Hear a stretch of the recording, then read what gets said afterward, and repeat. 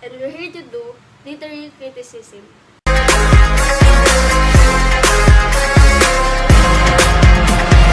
So I think you now have a hint of the movie that we are going to criticize, and that is What Is It, Jocelyn?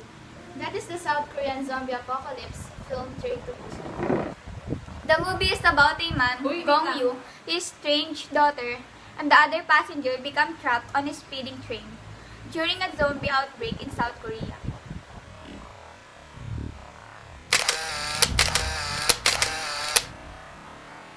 But this movie is not your typical thrilling, terrifying, and suspense zombie apocalypse movie because it is way more beyond than that.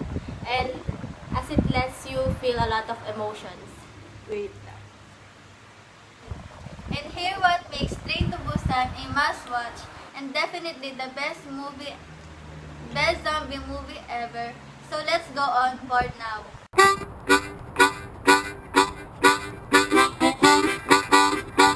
I have watched a lot of zombie genre movies, but this movie is the most unique because its setting is right exactly at the train.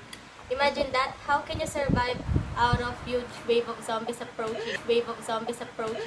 How can you survive without guns and knives? And the fact that you can't escape because you're on the train with a narrow space and you can't get out because the train is moving. Yup, it is unlike other movies that the setting is outside or they are just anywhere running away from zombies. I like the idea that their setting is on the train. And what would the passenger will do when a zombie apocalypse will happen? What also makes this movie amazing is its characters. They're like the real people, the real society, wherein they're strong, brave, weak, kind, selfish, and selfless. But despite of their differences, there is still one thing they all have in common, and that is to survive and to live to be back home with their loved ones, waiting for them outside the train. But there are people who stood up and sacrificed themselves to save their family, and that is because of love. Love always comes with sacrifice. What is done with sacrifice is done with love. And the film Train to Busan shows love and sacrifice, like how the husband of the pregnant lady did. He sacrificed himself to save his wife and his child. A parent will do anything to ensure the safety of their child. They can sacrifice anything for them.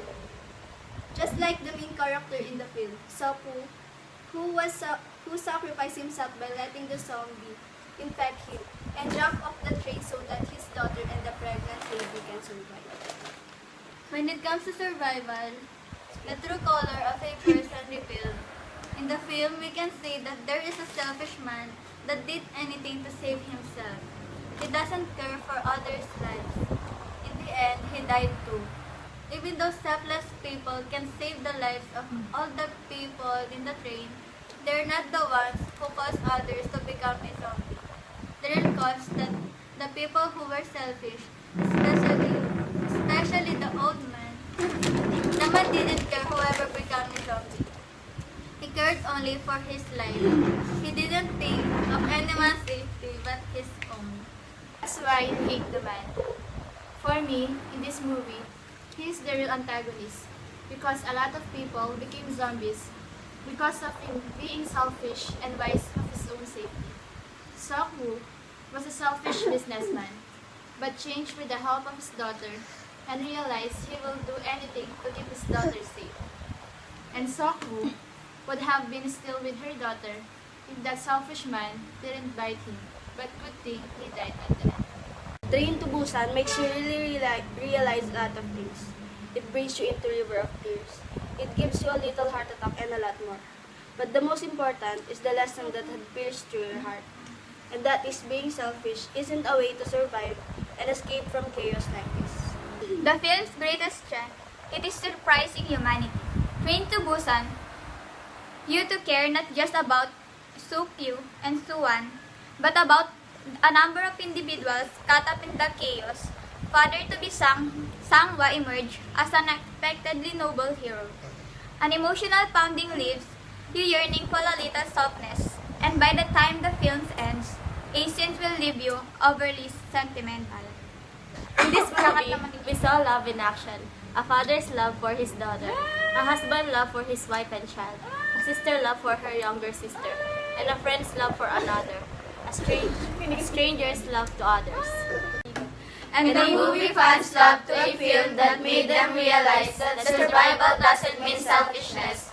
And in times of crisis, you have to be selfless in order to save not only your life, but also your family and others. The film shows us fighting for survival doesn't mean selfishness. Bye-bye! Bye-bye ka. Bye-bye! Bye-bye po!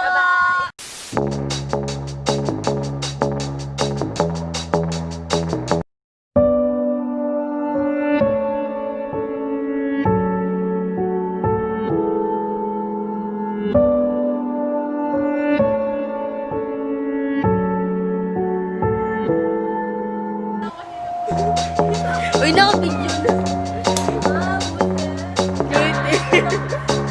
Keep my hands on myself.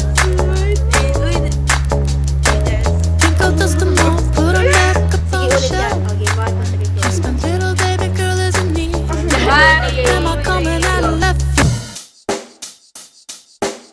Check the mic and make sure it sound right, boys.